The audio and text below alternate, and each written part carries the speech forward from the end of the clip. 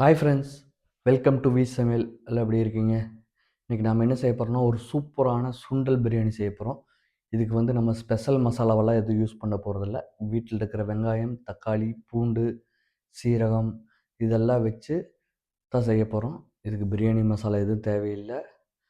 நீங்களும் கண்டிப்பாக ட்ரை பண்ணி பாருங்கள். இதுக்கு முன்னாடி நம்ம சேனலை சப்ஸ்கிரைப் பண்ணாதையே சப்ஸ்கிரைப் பண்ணிக்கோங்க. உங்களுக்கு இந்த வீடியோ பிடிச்சிருந்துச்சுன்னா லைக் பண்ணுங்கள், ஷேர் பண்ணுங்கள், கமெண்ட் பண்ணுங்கள். வாங்க வீடியோக்குள்ளே போகலாம். ஃபஸ்ட்டு இதுக்கு நம்ம மசாலா ரெடி பண்ணிக்கலாம். அதுக்கு பட்டை ஒரு இன்ச் அளவுக்கு எடுத்துக்கோங்க. அது கூட 1 டீஸ்பூன் சீரகம், 1/2 டீஸ்பூன் பெருஞ்சீரகம், சோம்பு, மிளகு 1/2 டீஸ்பூன், பூண்டு ஒரு 5 பல்லு. இது எல்லாம் சேர்ந்து நல்லா கொரன்னு அரைச்சிக்குங்க. நீங்கள் அரைக்க முடியலைன்னா தட்டி கூட எடுத்துக்கலாம்.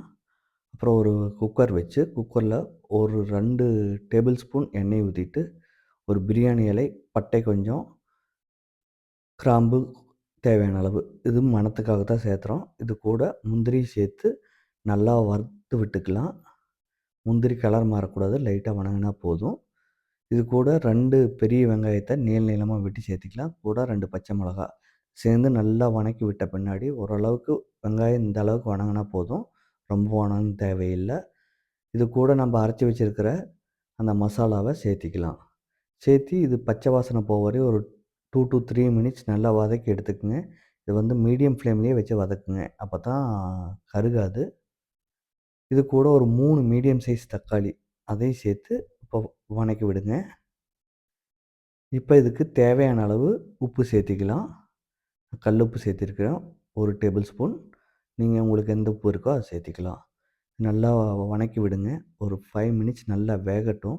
வெந்த பின்னாடி 1/2 டீஸ்பூன் மஞ்சள் தூள், 1 டீஸ்பூன் மிளகாய்த்தூள் போட்டு நல்லா கிளறி விட்டுக்குங்க.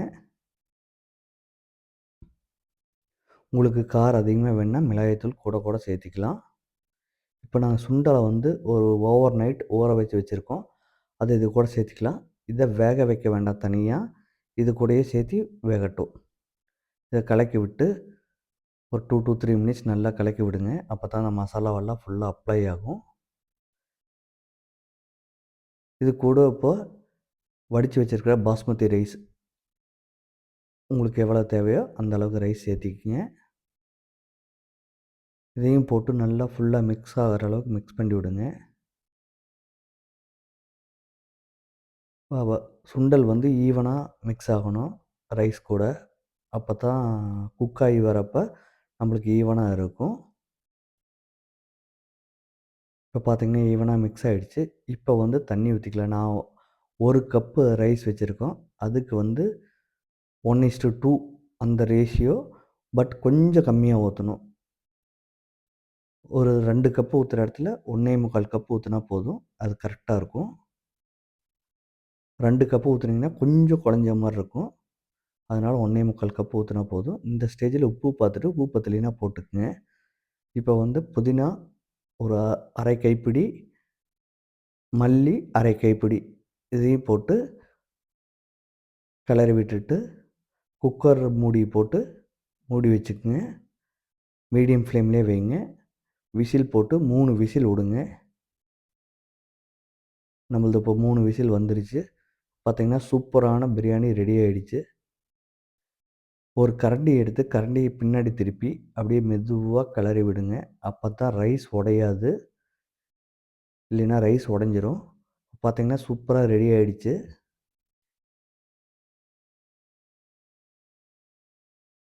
இந்த மாதிரி மெதுவாக கிளறி விடுங்க.